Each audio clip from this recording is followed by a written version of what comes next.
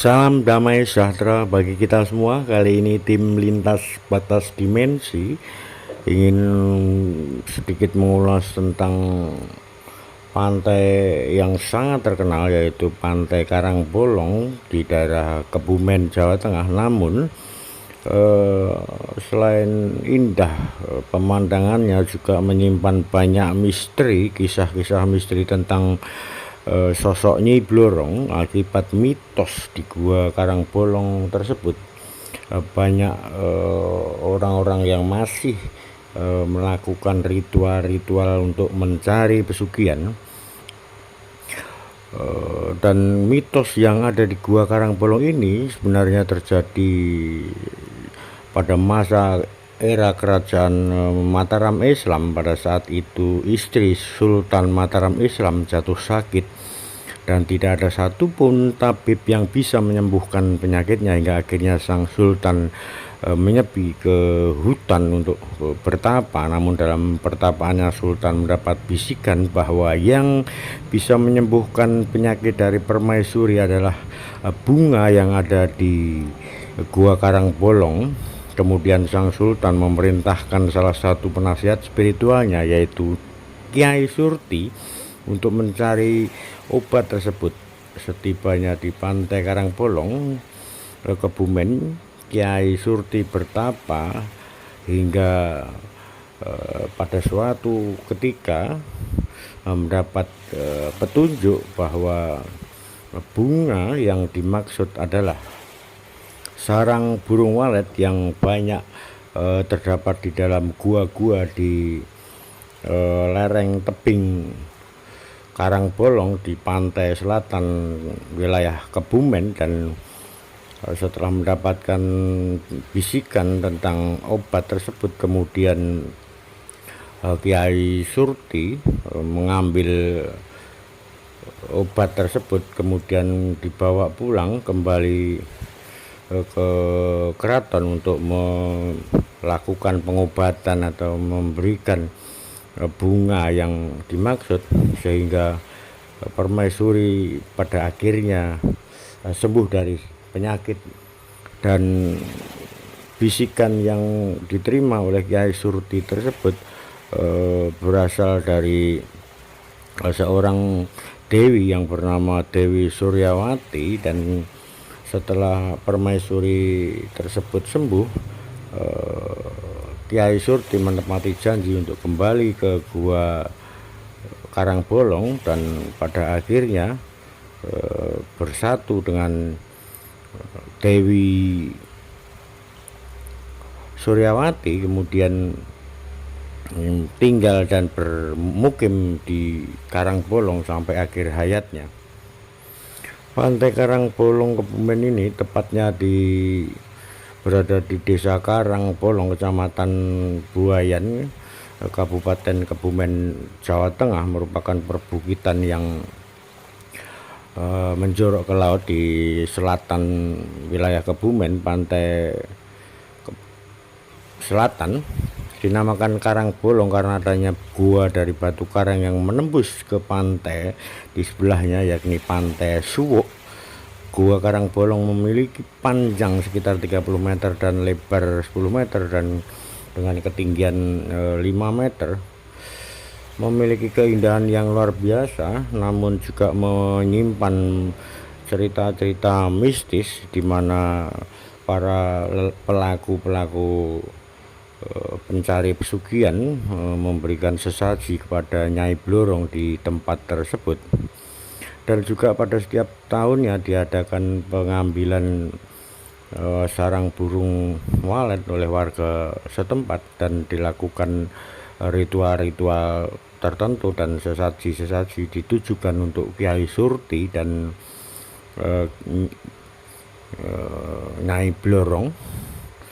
Oleh karena dipercaya penunggu di Karangbolong termasuk Dewi Suryawati, sang pengikut Nyai Blorong itu juga menawarkan kepada orang-orang yang tersesat untuk mencari pesugihan berupa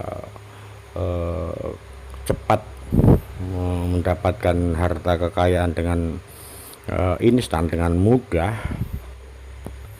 Dan acara pengunduhan walet tersebut juga unik karena harus dilakukan setiap tahun dan diadakan semacam kenduri dan tayuban dalam rangka untuk memohon keselamatan, juga mengadakan pertunjukan wayang kulit tentunya dengan membaca mantra-mantra yang ditujukan kepada Nyai Roro Kidul, Dewi Suryawati, Yai Surti dan beberapa nama lainnya. Tentunya tidak ada nama saya di situ karena saya bukan danyang di situ. Saya danyang Kota Solo.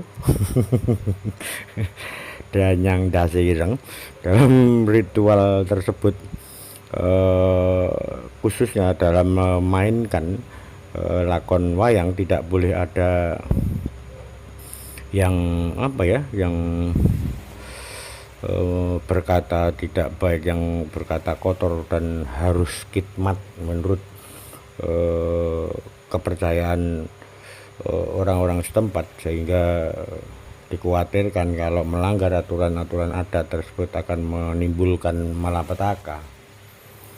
Adapun larung untuk Nyi Roro Kidul, larung juga merupakan semacam syarat untuk pengunduhan burung walet dengan berbagai macam sesajian yang digunakan untuk ritual, dan hal yang diperlukan termasuk salah satunya yang saya ingat adalah benda-benda yang disukai oleh Nyi Roro Kidul, antara lain kain lurik hijau gadung, konon merupakan kain yang disukai Nyi Roro Kidul, udang wulung, selendang, kasur, bantal yang berwarna putih, tak ketinggalan pula berbagai macam panganan, buah-buahan, jajan pasar yang mana itu dilakukan saat tahap pementasan wayang kulit di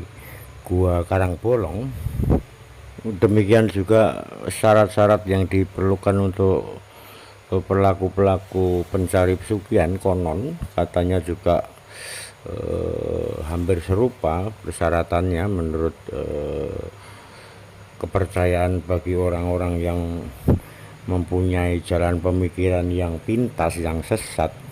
Oleh karena itu juga kita harus bijak, kita harus mengedepankan logika, kita harus kerja keras, tidak boleh kita mensekutukan Allah atau mensekutukan Tuhan atau menomorduakan Tuhan.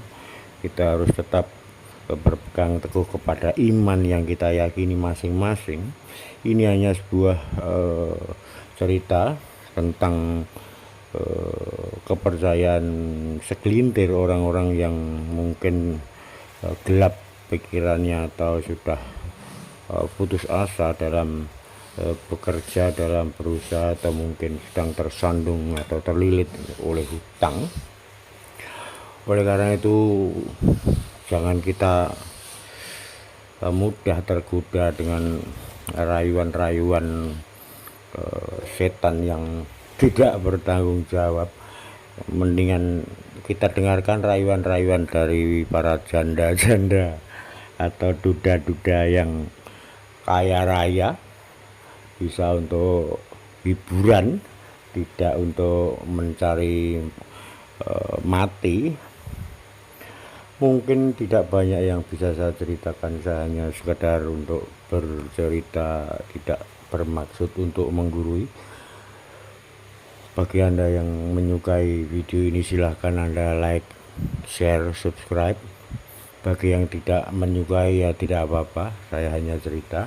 Mungkin demikian dulu lintas batas dimensi. Sekian dan terima kasih.